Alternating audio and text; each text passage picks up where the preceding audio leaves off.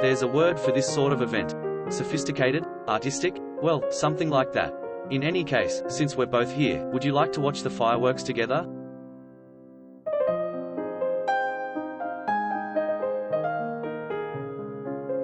This place should be good.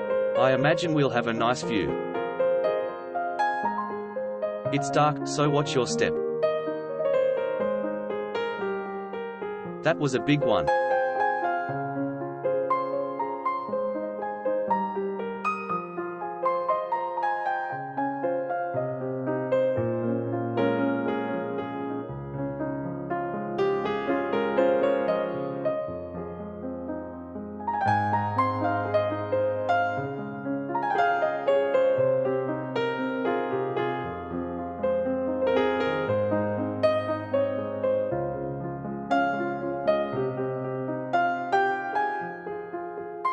This is for me?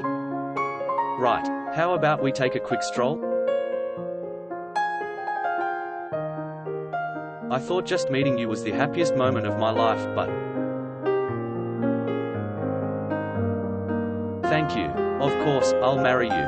I'll make you the happiest woman alive, I swear it. Ah, that's right. We should let my father and Jacopo in on the news.